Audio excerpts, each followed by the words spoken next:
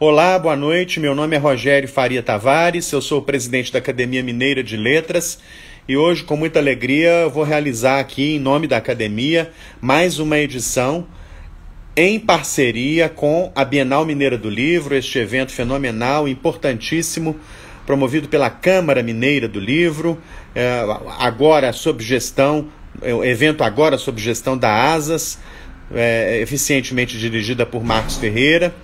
Vamos fazer então mais uma edição dessas belas conversas que temos conduzido aí todo mês sobre literatura, sobre letras. Eu com grande alegria chamo agora Jacinto Lins Brandão, que é com quem eu vou conversar hoje aqui nesta edição da Bienal Mineira do Livro em Casa. A Bienal Mineira do Livro em Casa conta com o apoio do Café Três Corações, Supergás Brás e BH Shopping. Vamos agora chamar o professor Jacinto Lins Brandão, com quem vamos conversar.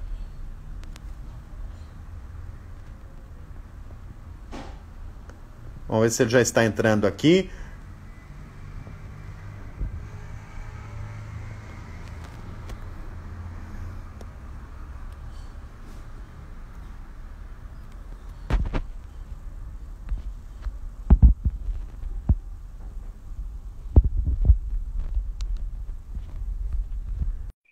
Para o professor Jacinto Lins Brandão.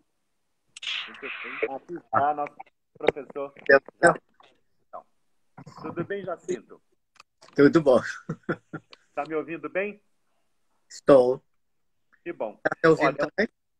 Eu estou ouvindo perfeitamente, perfeitamente. É um privilégio para mim, especialmente, é uma honra para mim poder conversar com um dos mais importantes intelectuais brasileiros, por acaso residente em Belo Horizonte, membro da Academia Mineira de Letras, professor emérito da UFMG, membro fundador, presidente da Sociedade Brasileira de Estudos Clássicos, autor de várias obras, tradutor importante, né? E que agora nos presenteia com a sua interlocução, com a sua companhia nesta conversa de hoje, que será sobre um livro que ele organizou recentemente, né? Este livro que eu mostro aqui para a câmera, né? O Literatura Mineira 300 anos, que é o tema da nossa conversa, né, Jacinto? Esse é o tema de hoje, já que nos aproximamos aí do aniversário, né, dessa efeméride. E eu gostaria de fazer para você uma primeira pergunta que se relaciona ao que você fala no texto de apresentação dessa obra. Essa obra foi lançada agora, em setembro de 2020, lá no auditório do BDMG Cultural. É uma obra financiada, patrocinada pelo BDMG Cultural, idealizada quando eu ainda presidia a instituição e finalizada pela minha sucessora, jornalista Gabriela Mulan, a quem eu agradeço demais, né, a sucessão tão elegante que ela proporcionou ali naquele momento de transição do banco. E nesse livro, Jacinto Lins Brandão escreve um texto importante, né, um texto de apresentação da obra. E ele fala que o que está aqui não se trata de ufanismo nem de bairrismo. Como é que a gente deve abordar, Jacinto, o tema da literatura mineira à luz da literatura brasileira? Bom, quando é sempre complicado, né? Quando nós tomamos um substantivo geral como literatura, que a literatura é universal em primeiro lugar, né? E colocamos os adjetivos. Então, por exemplo, né, em termos temporais, né, quando é que acaba a literatura colonial, quando é que começa a literatura imperial, né, do século XIX, a republicana, essas coisas vão muito entrelaçadas. Agora, eu acho que quando nós falamos de literatura mineira, e vamos pensar que tem várias literaturas no Brasil, né, que conformam a literatura brasileira,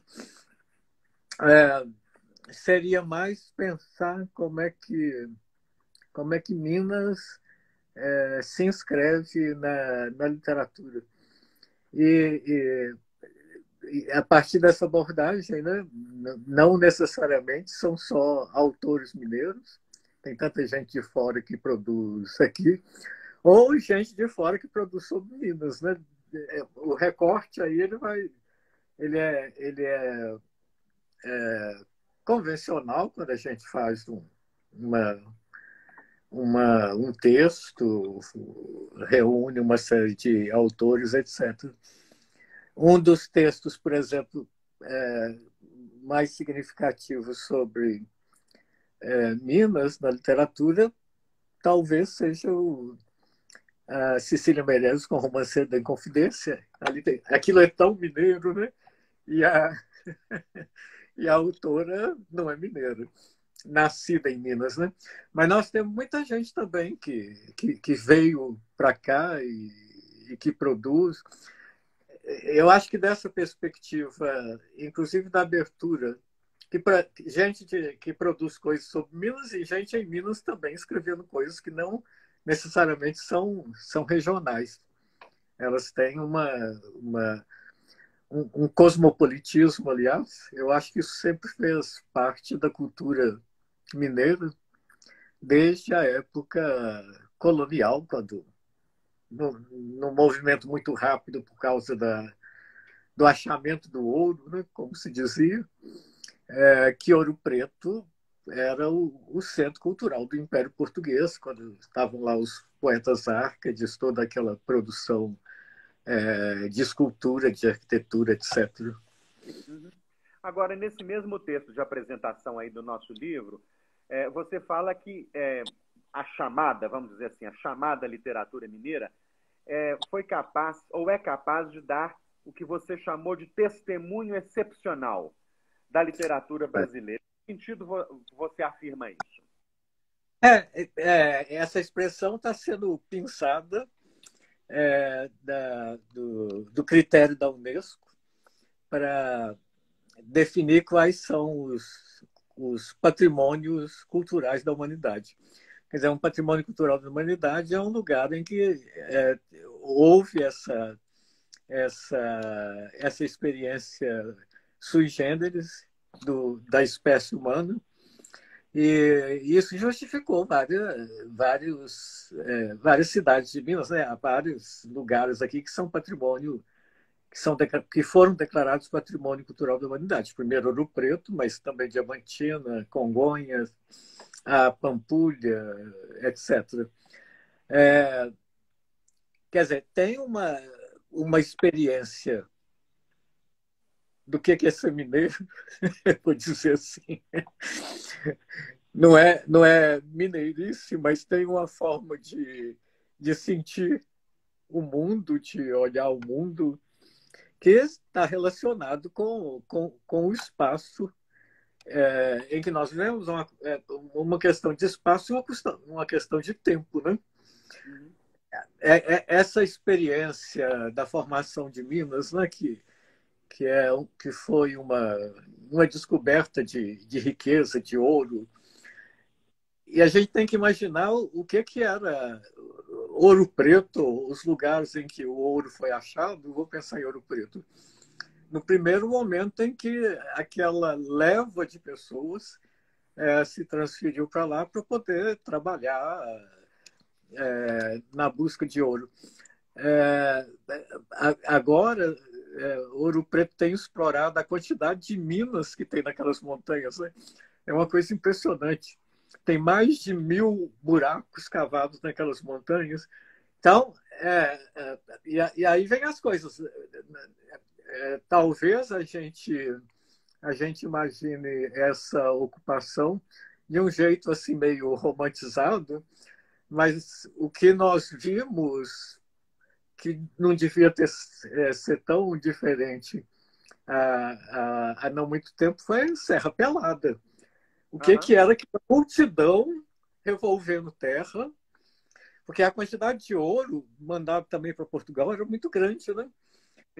Nesse ano que foi a criação da capitania, 1720, o registro é que foram enviados para Portugal 25 mil quilos de ouro. Como é que uma quantidade dessa, 25 toneladas, quer dizer, isso está sendo tirado num espaço muito curto, né? Agora, o que acontece muito depressa também é que essa riqueza toda acabou. Então, eu acho que isso faz parte desse nosso jeito de ser. Até o pandurismo de mineiro, que a gente sabe que essa fartura ela não dura para sempre. Né? As vilas ricas, é o Manuel Bandeira que disse isso, né? As vilas ricas viraram muito depressa vilas pobres. Ou depois o contrário, né? Porque na medida em que o movimento econômico foi mudando, outras cidades começaram a ter projeção e algumas uma decadência muito grande. Né? Uhum. E aí eu chego num ponto que você também aborda lá no texto de apresentação, que é o tema da herança, do legado, não é? Qual é a herança desses 300 anos? Se é que a gente pode perguntar assim de modo tão grosseiro, não é? Qual é a herança? O que ficou?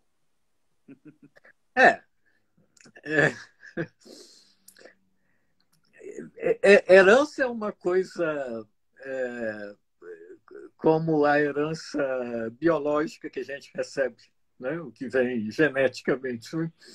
Quer dizer, a gente recebe coisas boas e recebe coisas ruins. Tendência para doença, miopia, ficar velho e começar a ficar surdo. E até tempo de vida, né? Parece que tem uma programação genética para quem vive mais, quem vive menos. Tem uma coisa qualquer um. É interessante que parece uma calibragem assim da natureza, né? Então, bom, o que nós fazemos com o que a gente recebe é escolher a parte boa, tentar controlar a parte ruim e investir nisso que foi recebido. Eu acho que não é diferente com relação à história. Não tem épocas que são isentas de males, não tem formação que são isentas de males. Isso não é para ser entendido em termos de conformar com as coisas, mas de ter uma postura ativa para escolher na herança aquilo que é positivo, que tem valor. A história de Minas, justamente por causa dessa história da mineração do ouro, ela é uma história muito pesada, na verdade. Quer dizer, essa ocupação do espaço que foi muito rápida, ela representou. A gente tem que fazer força, inclusive, para imaginar o que é que os povos que moravam nessa região, com a leva de pessoas que veio dos vários lugares do Brasil, né? Muito de São Paulo, mas muito do Reino de Portugal. Havia pessoas em Portugal que tinham medo de Portugal ficar despovoado com esse êxodo que aqui para Minas. Depois tem toda a parte dos africanos que foram trazidos e a escravidão. E o trabalho de Minas, o trabalho de mineração é pesado, né? Então, o que isso tudo implicou? Agora, a própria consciência dessa dificuldade, dessa história difícil do Estado, do Estado, né? Da província do Estado, da capitania, isso serve de orientação para que a gente escolha a parte que tem valor. Então, ao mesmo tempo, tem toda a produção, vamos pensar nas cidades do período do circuito do ouro, né? Quer dizer, o que tem de arquitetura, de pintura, isso são obras de arte excepcionais, e aí também a literatura. Agora, eu penso também que a forma de lidar com a herança, ela diz respeito a escolher essa parte valiosa e diz respeito a como que a gente se apropria dessa herança. Quer dizer, como é que os mineiros, ou o Brasil, mas vamos pensar aqui o nosso espaço, como é que se dá essa apropriação? Eu ouvi uma coisa que me deixou, uma vez, pensando muito. Eu conheci um professor de uma universidade de Goiás, se não me engano. Ele estava em Goiás, se não me engano. Fez doutorado em São Paulo, etc. Negro. E conversando sobre Minas, e eu perguntei se ele conhecia Ouro Preto, ele me falou que conhecia, mas que tinha detestado Ouro Preto, porque ele não conseguia ver aquela cidade sem pensar no quanto de trabalho escravo estava envolvido na construção daquela cidade.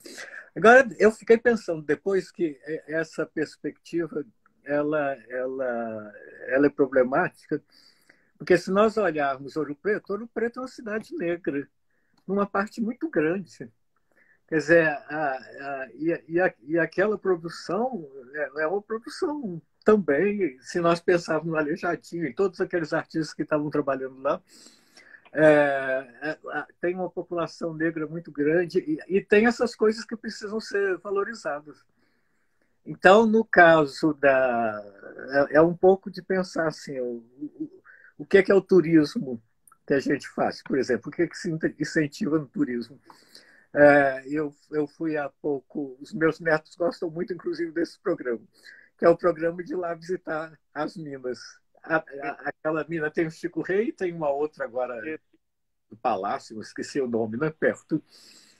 E eu achei muito interessante a explanação do guia, que quem ela vai para ver, sim, que mostrava os instrumentos do trabalho. Quer dizer, a gente nunca fala do trabalho, a gente vê as igrejas, a gente vê tudo aquilo, sem pensar nesse outro aspecto. Então, eu estou dando exemplo das escolhas. Como é que as escolhas podem ser feitas e como é que isso tem um papel importante, inclusive educativo, para quem vai em Ouro Preto e para as crianças de escolas que vão lá ver, etc, etc. Perfeito. Você falou aí mais uma palavra-chave, escolhas, né? Nós estamos aí falando de um livro que foi organizado por Jacinto Lins Brandão, Literatura Mineira 300 anos, cujo conteúdo está integralmente disponível de graça no site do BDMG Cultural. Você que está nos assistindo aí, se quiser ler os ensaios, os 30 ensaios que estão aqui nesse livro, é só entrar no site do BDMG Cultural, lá na internet, e baixar o artigo que lhe interessar, o ensaio que lhe interessar. E aqui Jacinto Lins Brandão fez umas escolhas sobre como abordar esse rico patrimônio de 3 séculos de literatura. Eu queria, Jacinto, por favor, que você explicasse para o nosso público como é que foram as suas escolhas, como é que você organizou essa obra, primeiro do ponto de vista formal. Né? São 30 ensaios, mas como é que eles se organizam? Tá bom, vou começar dando a César. Vou começar dando a César o que é de César, quer dizer, a Rogério, que é o Rogério. A obra foi concebida, a arquitetura, pelo Rogério, quando presidente do BDMG Cultural. E que tem essa lógica numérica, né? 300 anos, 30 ensaios. No princípio, nós pensamos que seria uma seleção de 30 autores importantes, né, nos 300 anos, e depois isso foi modificando e nós chegamos numa composição híbrida, no final, com 16 capítulos temáticos e depois 14 capítulos sobre 14 autores. Esse desenho ele permitiu, claro que em tudo isso aqui nós tivemos que fazer escolhas, né? Claro. E o livro faz referência a uma quantidade de autores muito grande. Ele tem um índice onomástico no final, em que aparece mais de 1.000 escritores referidos aqui nesses estudos. É claro que não são todos escritores, 1.000 escritores tem muito mais de 1.000 escritores em 300 anos em Minas, mas é uma amostra,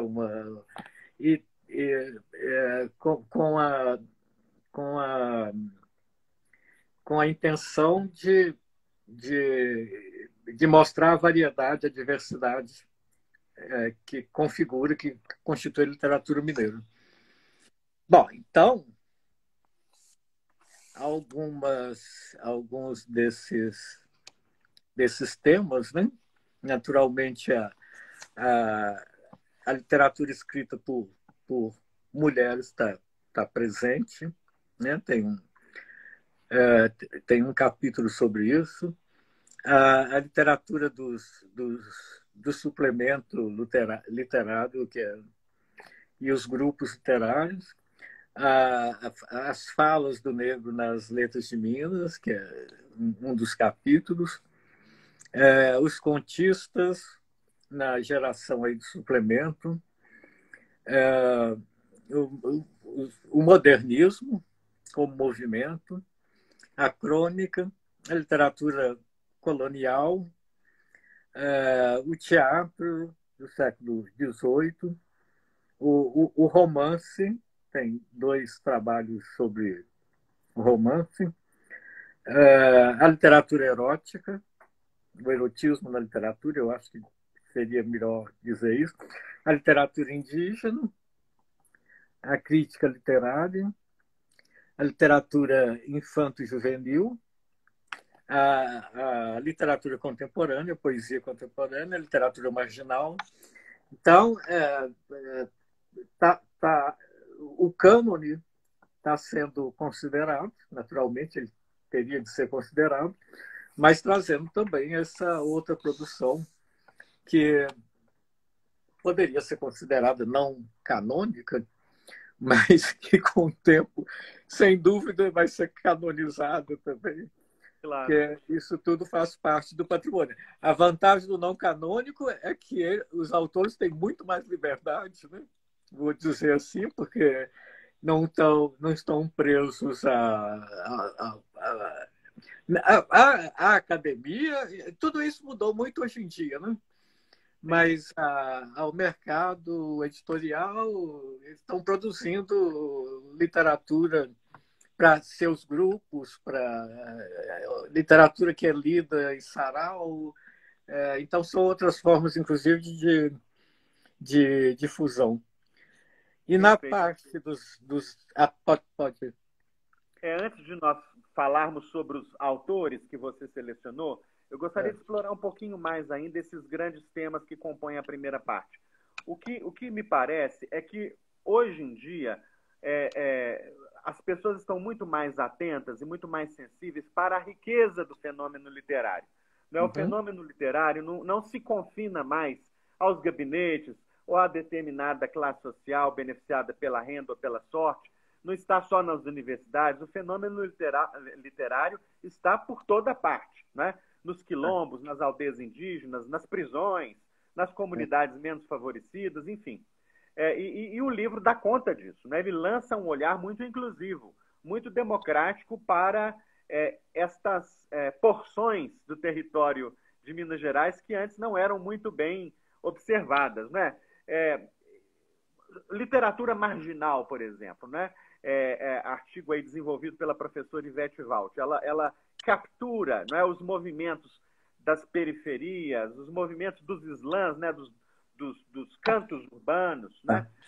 Já como é que você flagra a riqueza hoje desse fenômeno literário no Brasil contemporâneo de 2020 e na Minas Gerais de 2020? Eu acho que é a abertura para essa riqueza, né? Porque Bom, são vozes que não estavam, que não tinham uma repercussão no conjunto da sociedade, né? Nunca deixou, é uma produção que nunca deixou de existir, mas que, digamos, não estava sendo capturada para ter uma repercussão maior. Uma falha em vários níveis, né? Não permitia que isso acontecesse, mas a mudança muito grande, talvez a principal, ela esteja acontecendo nas escolas, porque o que acontecia antigamente, né? Tinha uma cultura assim da elite, da literatura. Quer dizer, nós ouvimos coisas assim até hoje, né? O nosso ministro da Economia pensa que livro é um gasto da elite, né? E aí quer taxar livro. Bom, então essa mentalidade ela não acabou ainda. Agora, isso em outras épocas acontecia assim. E uma criança, por exemplo, no interior, ela entrava na escola e ela nunca era assunto da escola aquelas tradições que ela conhecia na família, na cidade que ela estava. Ou então, as tradições indígenas, as tradições de várias origens. Quer dizer, elas nunca deixaram de ser transmitidas, mas elas não tinham valorização. Bom, se nós pensarmos o impacto, e aí eu vou continuar pensando em escola por um momento. Se nós pensarmos o impacto que a quebra dessa depreciação representa em termos culturais, em termos da organização da sociedade, em termos políticos, etc., basta pensar, por exemplo, no caso das etnias indígenas, que talvez em Minas sejam umas 20 etnias, com alguma coisa como 17 mil, 20 mil indígenas nos lugares que vivem. Agora, o processo de criação das escolas indígenas, inclusive com a formação e o licenciamento, né? Os professores tiraram licenciatura nas universidades, fizeram essa formação. Então, isso... E as escolas se tornaram escolas públicas do Estado. Né? Então, entrou num processo regular. Na verdade, é muito pouco que se tem de fazer. É reconhecer a igualdade das várias manifestações, das várias culturas que existem no Brasil. A partir daí, vai acontecendo uma revolução que implica no registro das línguas indígenas que estavam em risco, inclusive, de serem perdidas, na produção, na escrita dessas histórias tradicionais, as histórias de antigamente, ou a criação artística que existe. A feitura de filmes, né? Começaram a produzir muito cinema, até por essa concepção de que a poesia não é uma coisa só dita, ela está envolvendo o corpo todo, etc. Isso provoca uma reversão da proibição de 1752, 53, não vou lembrar bem a data, do Marquês de Pombal, de que se deixasse as crianças, os meninos, assim que dizia o decreto, os meninos nas escolas usarem as próprias línguas para implantar o português.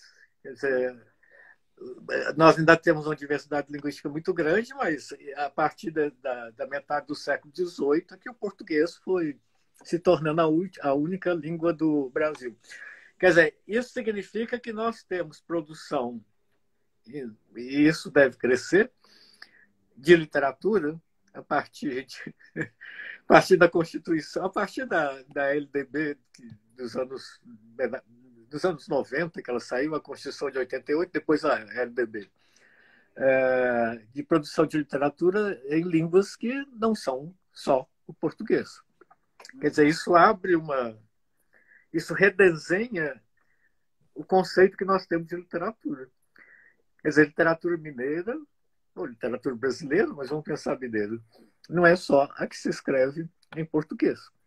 Nós temos aí no norte de Minas os Machacali, que estão escrevendo, estão produzindo livros em Machacali.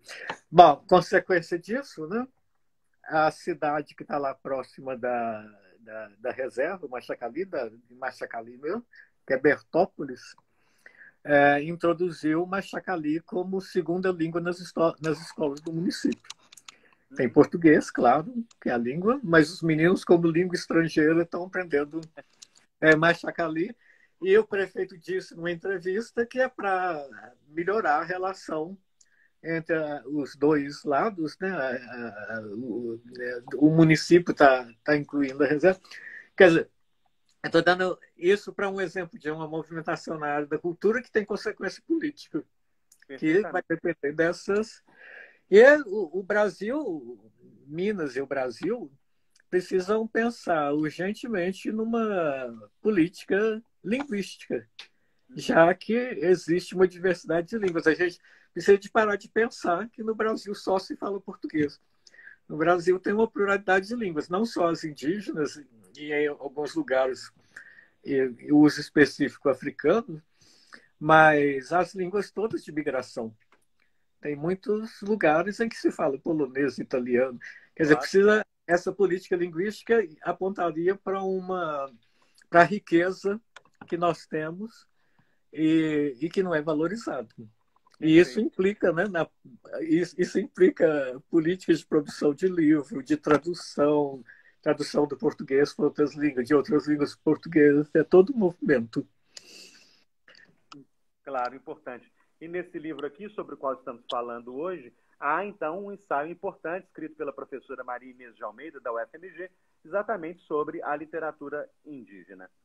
Eu quero, antes de partir para a segunda parte do livro, que trata dos autores, né, eu quero ainda, mesmo porque seria inevitável fazer essa pergunta, ainda mais na semana em que estamos, né, eu quero que o professor Jacinto Lins Brandão comente um pouquinho sobre o texto do professor Eduardo Assis Duarte, né, as falas do negro em Minas.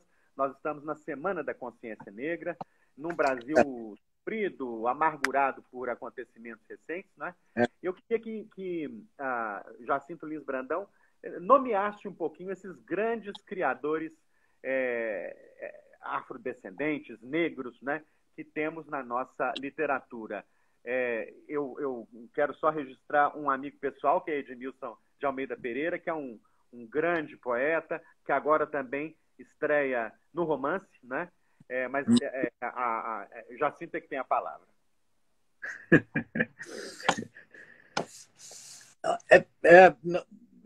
No passado havia... acontecia mais alguma coisa assim, né? De nós pensarmos, bom, tem autores negros, mas não necessariamente eles estavam falando... o título que o Eduardo deu, né? Falas do negro. Eles não necessariamente estavam falando a partir de uma posição, né? Como se diz, né? De um lugar de fala que marcasse essa característica. Digamos que no século passado, né? Talvez a partir da metade ou a partir dos anos 70, essa tendência foi se manifestando, né? Por exemplo, né?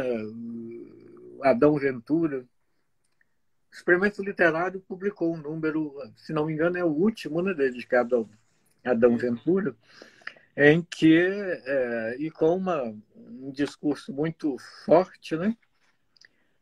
Por exemplo, um trecho que está aqui citado, né? negro forro, minha carta de alforria, não me deu fazendas, nem dinheiro no banco, nem bigodes retorcidos. Minha carta de alforria costurou meus passos aos corredores da noite de minha pele. Não quer dizer, né, que aí também é essa distinção, né? Não quer dizer que nós vamos pensar que os escritores negros eles estão condenados a falar só sobre a condição do negro. E não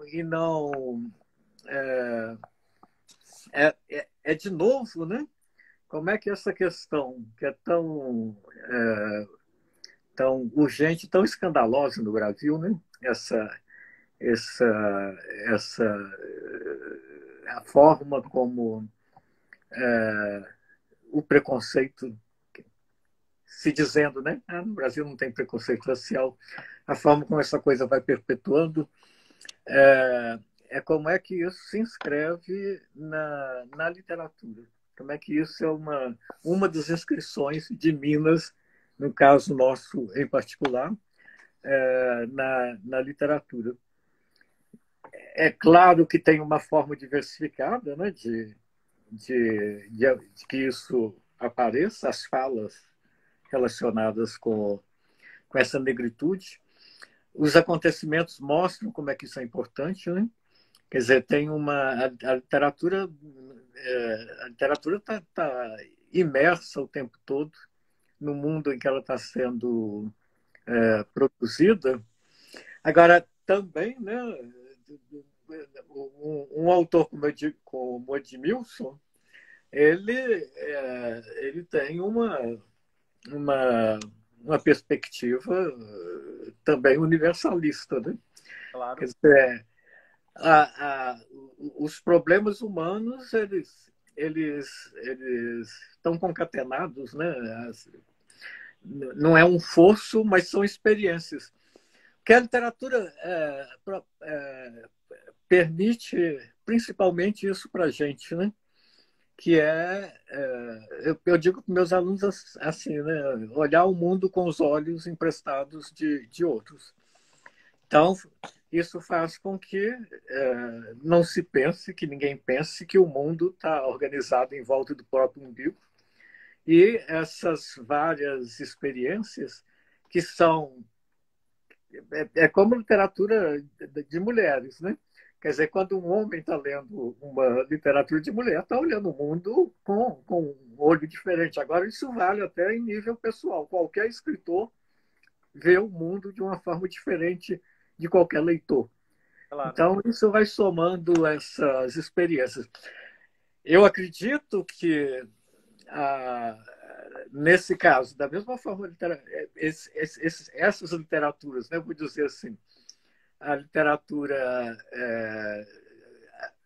afrodescendente, a literatura do negro, literatura de mulheres, literatura indígena, elas têm uma função muito importante de modificar esse olhar sobre essas pessoas ou sobre essas comunidades, ou seja, quer dizer, de minar essa prevalência de uma ideia elitista da literatura, etc. Eu tive uma aluna uma vez que me mostrou os livros que estavam sendo publicados, isso em 1990, quer dizer, não, talvez 2000 já, não sei se passando pelo século XXI. Mas coisas que ela me mostrava que eram livros de escola para didáticos, com histórias para a primeira, quarta série, em que as personagens eram negras. E aí ela me falou assim, quando eu era menina não tinha isso. Eu só lia história com personagem branco. Quer dizer, são essas coisas que... E não é o livro com personagem negra só para negro ler, não. É para as crianças também brancas, ou seja, indígenas, ou seja o que for, terem lerem e quebrar essa coisa que no Brasil ainda é tão forte, né? Basta olhar a televisão, basta olhar, chegar olhar quem tem cargo público, é tudo muito. É muito recente a quantidade de negros que chegaram na universidade, por exemplo. A universidade parecia que estava fora do espaço em que ela está localizada, de Belo Horizonte, nós pensávamos de qualquer outra cidade. Claro. Então, tem uma coisa muito grave aí no Brasil ainda, né, que precisa ser trabalhada. Acho que a literatura é um instrumento muito poderoso para isso, sem se reduzir só a essa função. Claro. E aí nós esperamos que, sendo superado isso, ela permanece. É como Castro Alves, né?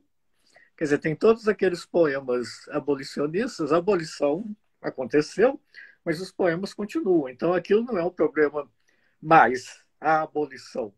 Agora, a situação, o que está sendo dito aqui, né? Negro Fofo, como começa o poema da Dom Ventura, digamos que é o outro aspecto do que não aconteceu, do que está sendo, ainda está por fazer. Perfeito. Jacinto, na segunda parte do livro, eu mostro aqui para quem entrou agora na nossa conversa, Literatura Mineira 300 anos, um livro que está integralmente disponível no site do BDMG Cultural, para quem quiser consultar, de graça. Na segunda parte, você escolheu aí um grupo de autores, de escritores que, de uma certa forma, formam, de algum modo, uma síntese da expressão mineira no campo da literatura. No texto da orelha do livro, o professor Antônio Carlos Sequim, da UFRJ, também da ABL, diz que Minas compareceu com muito talento, né, se pudermos falar assim, em todos os estilos, os chamados estilos de época: arcadismo, simbolismo, romantismo, parnasianismo, modernismo, enfim, Minas lá esteve sempre com representantes de primeira linha. Como é que você apresenta esse time aí de 14 autores para o leitor dessa obra? Muito bem. Bom, eu posso dizer que tem um recorte necessário que é temporal, né? Também com a preocupação de apresentar gêneros diferentes, né? Prosa, poesia, conto.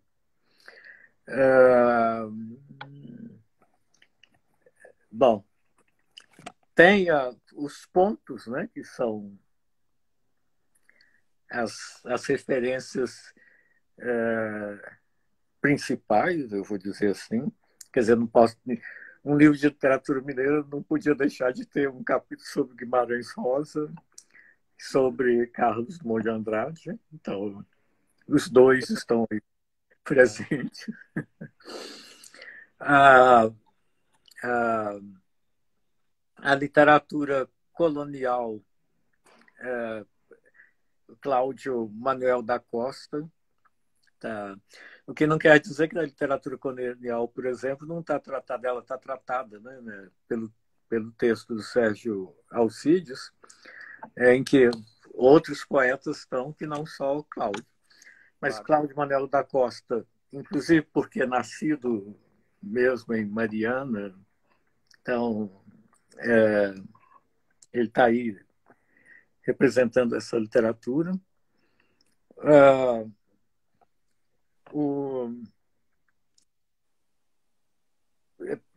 Depois, o Alfonso de Guimarães, eu acho que ele tem uma inserção muito forte aí na literatura mineira,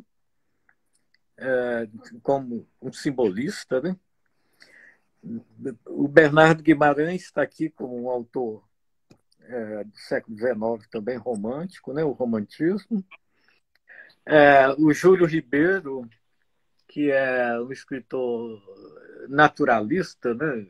Está aí no final do século XIX também. Bom, e os outros são do século XX.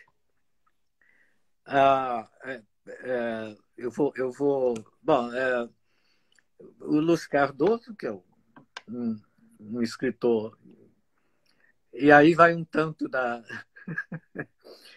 minha própria escolha. Eu acho que o Lúcio Cardoso faz um tipo de literatura de romances que são extraordinários. Ele está aí no século XX. O Murilo Rubião, né, com os contos. Bom, o Pedro Nava, né, as memórias. Eu acho que não sei se alguém vai escrever memórias que vão passar a forma como Pedro Nava fez nas memórias dele. A Henriqueta Lisboa, na poesia, né?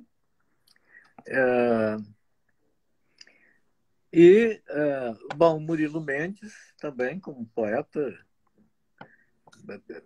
começa lá com o modernismo e produz aí durante mais de 50 anos. E os outros,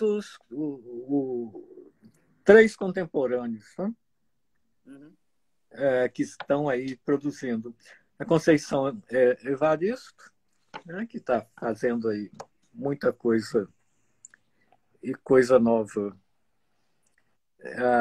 A Adélia Prado, né, que continua também escrevendo, e o Carlos Herculano Lopes, que além do que ele faz como ficcionista, ele é jornalista também.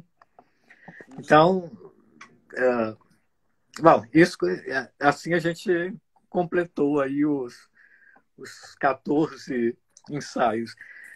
A pretensão em nenhuma das duas partes do livro foi fazer uma história da literatura mineira, tanto que isso que eu fiz aqui e que o tempo interessou de alguma forma não é a ordem como os ensaios aparecem. Eles aparecem na ordem na ordem alfabética dos autores que escreveram.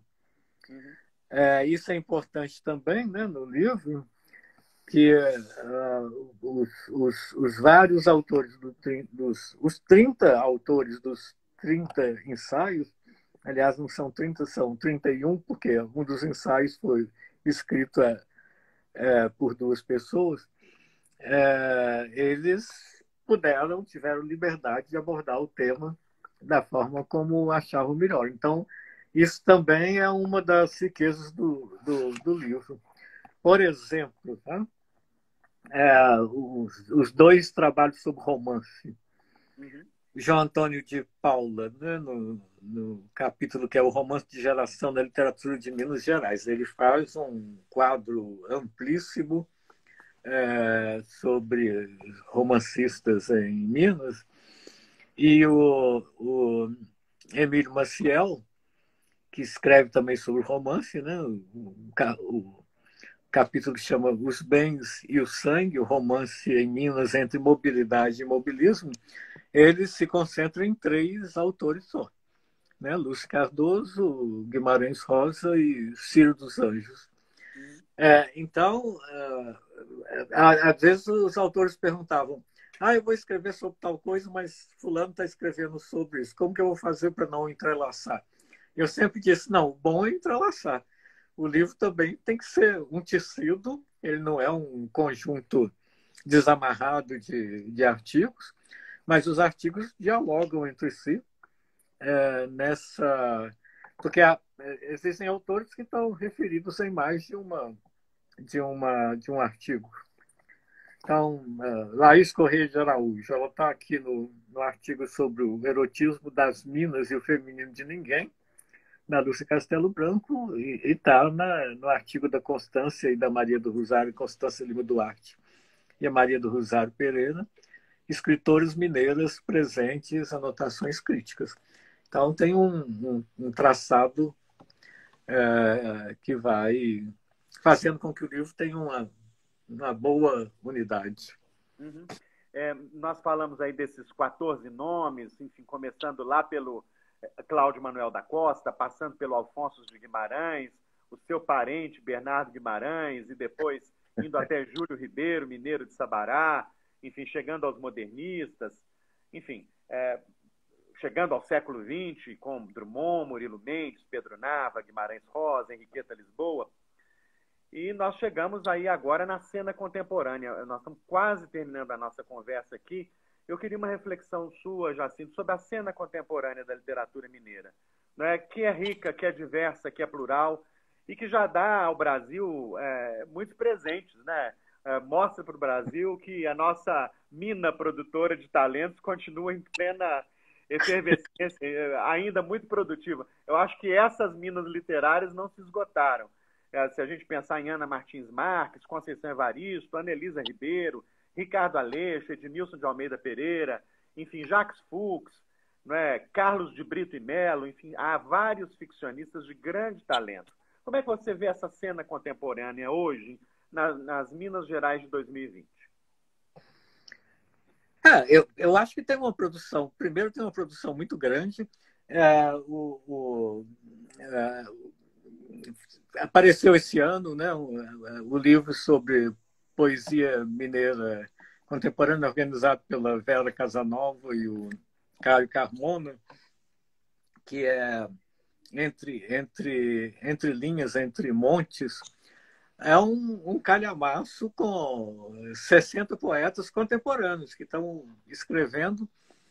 E o critério da organização do livro, que está dito na introdução, é que cada poeta podia escolher 5 textos para passar para serem publicados no livro, com pelo menos um inédito. Esse critério do pelo menos um inédito é bom, porque quer dizer que o poeta continua poetando, claro, e não simplesmente recolhendo alguma coisa que já estava publicada. Então, e tem sido publicado muita coisa. As editoras, editoras de vários portos, né?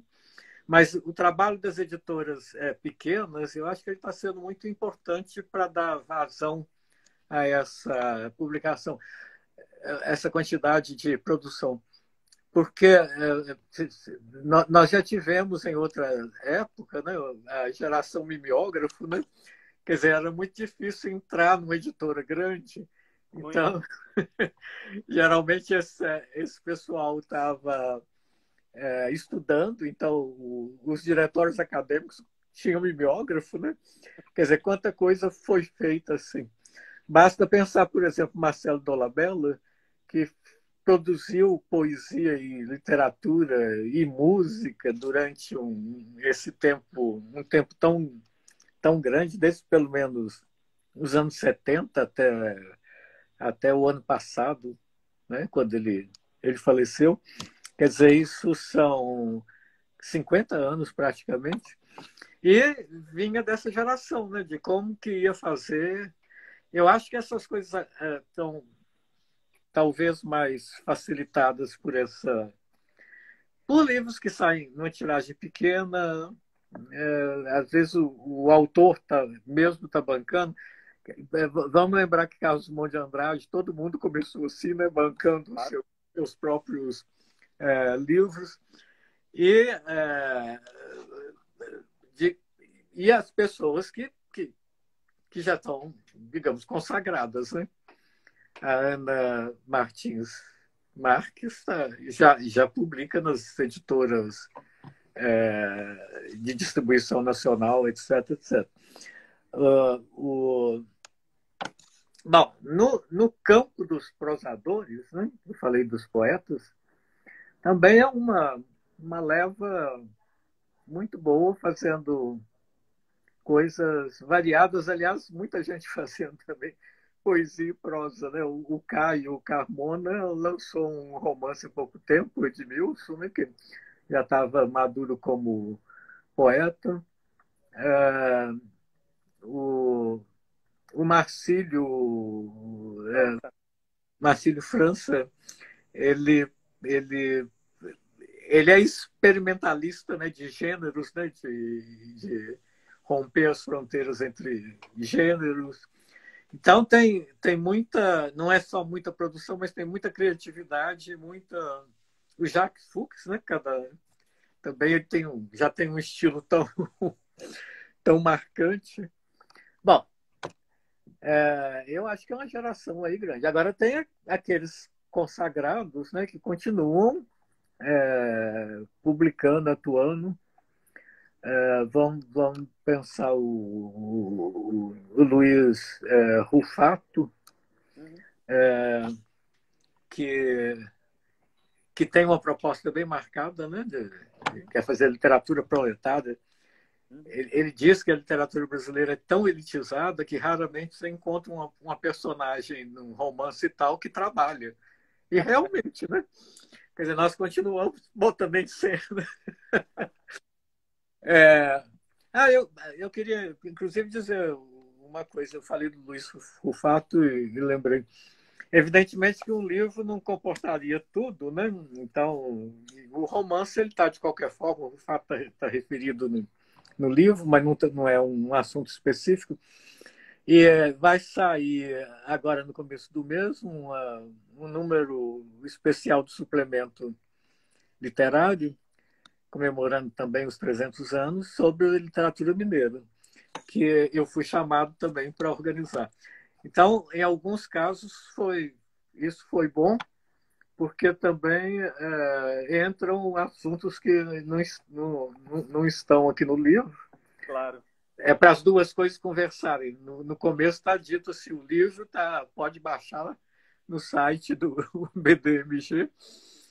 E, nesse caso, tem um texto sobre romance proletário, que é uma coisa interessante, porque o Rufato tem a coisa programática, mas